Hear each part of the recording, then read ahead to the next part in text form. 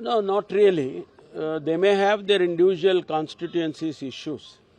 That is what they have expressed. They have not said anything about the entire government governance. They have said they have talked about their constituency issues, and Chief Minister will definitely resolve those. He will definitely call those MLAs and resolve those issues. I don't think this is anything to do with the entire governance.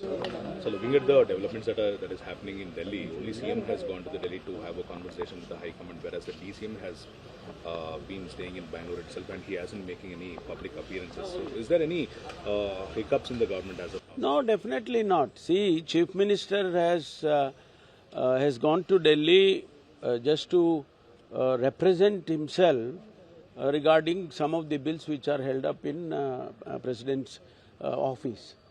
He has gone to request the President to clear those bills. I don't know whether the Deputy Chief Minister was supposed to go or not, I don't know. But definitely Chief Minister has gone for a purpose. There is nothing, no politics involved in this. But how do you feel about the corruption of the bribe charges made against Zamir Ahmad Khan's department by B.R. Patil? Now that is an internal matter of the department. He has clarified also. If there is any particular case in question, I am prepared to give you an explanation.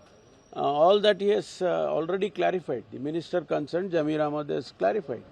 And if there are any particular policy issues, the MLA can definitely reach Chief Minister and brief him.